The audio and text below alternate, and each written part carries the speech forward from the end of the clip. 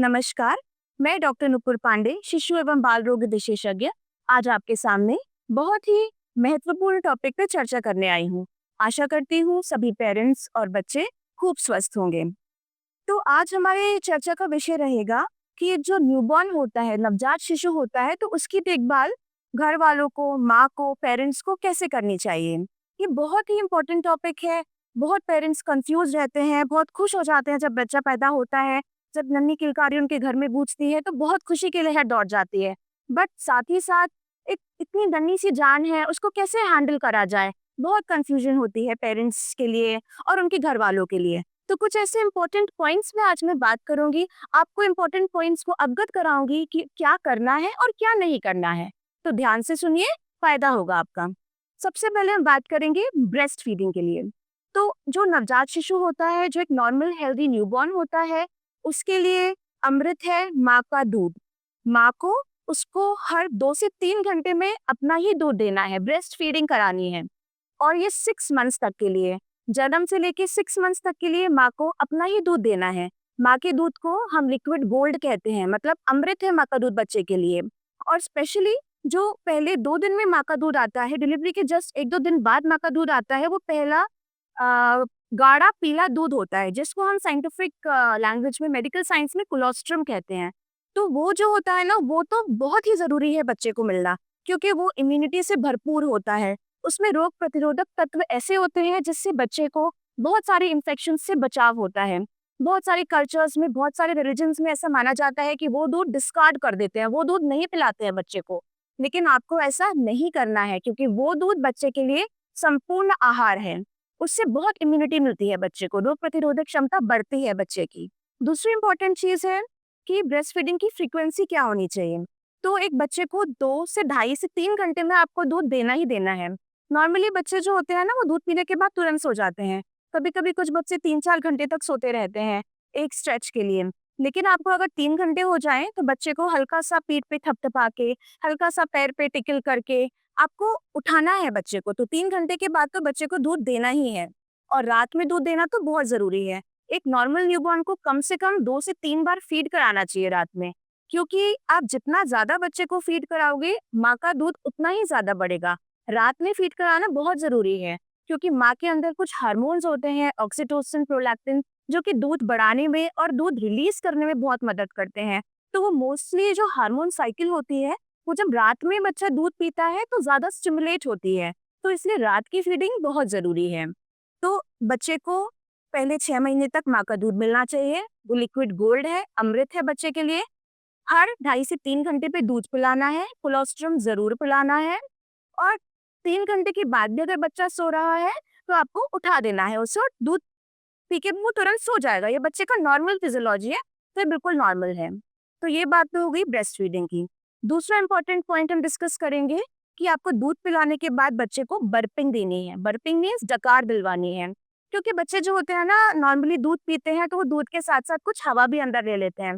तो उससे बच्चे का पेट फूलता है, बच्चे को गैस बनती है। तो उसको निकालने के लिए, वो जो अंदर गैस उन्होंने स्वॉलो करी होती है, उसको निकालने के लिए बच्चे को डकार दिलवानी होती है। तो डकार दिलाने की पोजीशंस आपकी स्क्रीन पे आ जाएंगे। आपको डकार कैसे दिलानी है, बच्चे को शोल्डर पे रखना है और फ्लैट हैंड से डकार नहीं दिलानी है। हाथ को ऐसे कफ कर लेना है, कफ्ड हैंड से बच्चे को लाइटली थपथपाना है।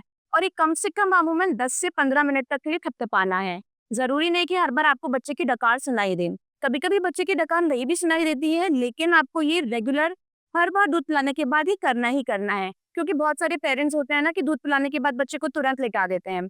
उससे क्या होता है ना कि बच्चे को दूध ऊपर चढ़ता है, उल्टी आ जाती है, नाक से दूध निकलता है, मुंह से दूध निकलता है, तो पेरेंट्स को परेशानी हो जाती है। नॉर्मल है, लेकिन अगर आप सही तरीके से सही पोजीशन पे बच्चे को डकार दिलवाएं तो ये आप प्रॉब्लम रिजॉल्व कर सकते हैं।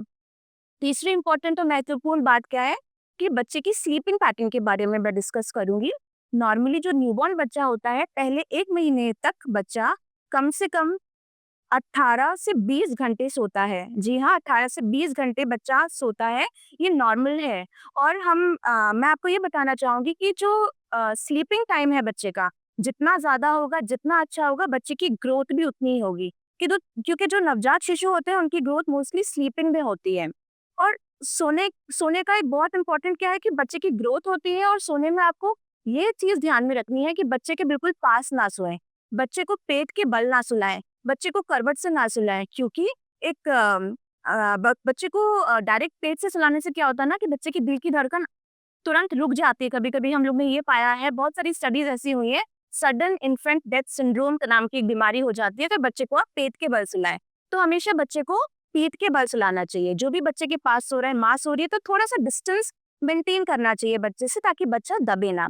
और बच्चा जितना सोएगा उतना ही स्वस्थ रहेगा, उतनी ही अच्छी बच्चे की ग्रोथ रहेगी। चौथा इम्पोर्टेंट पॉइंट कि बच्चे को बहुत सारे पेरेंट्स कंफ्यूज होते हैं कि डायपर, बच्चे को डायपर पहनाना है कि नहीं पहनाना है। तो बच्चे को डायपर नहीं पहनाना है, बच्चे को कॉटन की लंगोटी पहनानी है। जो सूती कपड़ा होता है उसकी लंगोटी पहनानी है। आजकल कॉटन डायपर्स भी आते हैं। तो कॉटन का कपड़ा क्या होता है ना, हवा उससे पास हो जाती है, अंदर बाहर चली जाती है। तो बच्चे का जो ये ग्रॉइन एरिया होता है, जो जांघों का हिस्सा होता है, पॉटी का हिस्सा होता है, वो नॉर्मल बना रहता है, वो ज़्यादा चिपचिपाता नहीं है, तो उससे इन्फेक्शन का खतरा नहीं रहता है। और रात में, अगर आप रात में बहुत जगह ट्रैवल कर रहे हैं, रात में अगर पहनाना है तो रात में पहना सकते हैं। उसके बाद भी आपको 2 से 3 घंटे में डायपर बच्चे का बदलना है, और कोशिश करनी है कि लंगोटी या कॉटन का डायपर ही पहनाना है। और डायपर पहनाते समय एक बहुत ही इंपॉर्टेंट पॉइंट है जिसका आपको ध्यान देना है कि जो बच्चे की नाल होती है, अम्बिलिकल कॉर्ड होती है, डायपर उसको टच ना करे। अम्बिलिकल कॉर्ड के नीचे ही आपको डायपर या लंगोटी बांधनी है, क्योंकि अगर उसको टच करेगा डायपर, तो सुसु से या पॉटी से गीला होता रहेगी, बार-बार आपकी जो अम्बिलिकल कॉर्ड है बच्चे की वो गीली होती रहेगी, और उसमें इन्फेक्शन होने का रिस्क बना रहेगा। चौथी इंपॉर्टेंट पॉइंट्स मैं आपको जो बताना चाहूँगी वो है कि अम्बिलिकल कॉर्ड की केयर कैसे करनी है। बहुत इंपॉर्टेंट पॉइंट है ये, एक नवजात शिशु की देखभाल के लिए। जो अम्बिलिकल कॉर्ड होती है, जो बच्चे की नाल होती है, उसको हमेशा सूखा रखना है। उसको बिल्कुल गीला नहीं होने देना है।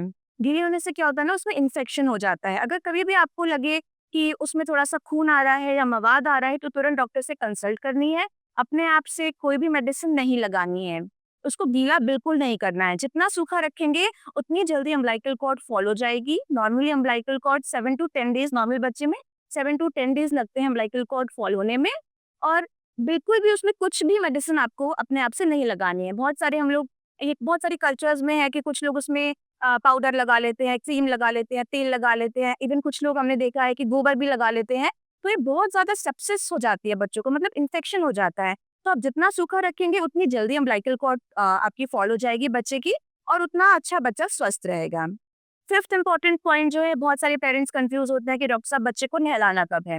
तो ये बहुत ही इंपॉर्टेंट पॉइंट है। बहुत सारे पेरेंट्स के मन में ये क्वेश्चन आता ही आता है। तो मैं आपको ये आंसर इसका दूंगी कि नॉर्मली जब बच्चा डिलीवर होता है, तो जो हेल्थ केयर वर्कर होते हैं, जो नर्स होते हैं, जो बच्चे को रिसीव करते हैं, तो वो बच्चे को वाइप कर देते हैं। बच्चे को पहले तो वही आपको आपको सफाई करके ही बच्चे को हैंडओवर करते हैं। तो आपको जब बच्चा मिलता है, तो एटलीस्ट मिनिमम 24 टू 48 आवर्स, 24 से 48 घंटे तो बच्चे को आपको कुछ नहीं करना है। ना आपको बच्चे को पोंछना है, नहलाना तो बिल्कुल भी नहीं है।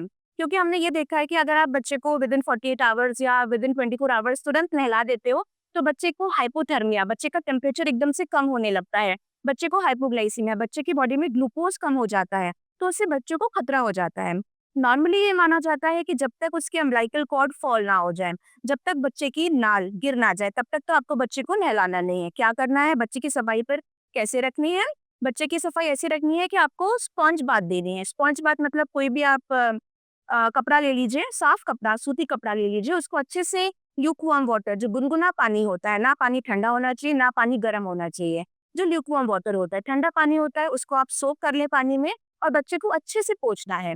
पूरे शरीर को पोंछना है। स्पेशली किस-किस एरिया को ज़्यादा पोंछना है, जो बच्चे का ये बगल है, बच्चे के जाँघों का हिस्सा है, बच्चे का गर्दन का नीचे का हिस्सा है, जहाँ पे मैल इकट्ठा होता है, उन उन जगहों को आपको ज़्यादा अच्छे से पोंछना है।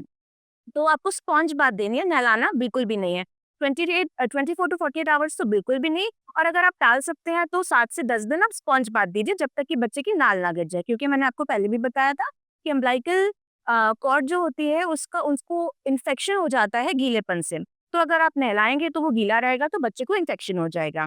और बच्चे को नहलाना किससे, बहुत सारे पेरेंट्स से पूछते हैं, डॉक्टर साहब किससे नहलाएँ? कुछ लोग तो डेटॉल से नहला देते हैं, कुछ लोग नॉर्मल जो अडल्ट का, जो हमारे बड़े लोगों का सोप होता है, उससे नहलाते हैं।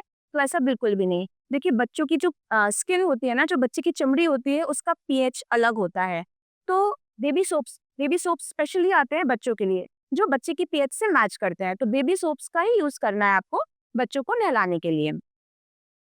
एक बाद में 5 से 10 मिनट से ज़्यादा बच्चे को नहीं नहलाना है, क्योंकि बच्चे के शरीर का तापमान गिर सकता है, हाइपोथर्मिया का रिस्क रहता है। तो 5 से 10 मिनट के ही लिए बच्चे को नहलाना है और तुरंत उसको कपड़े पहनाने हैं। कपड़े पहनाने कैसे हैं?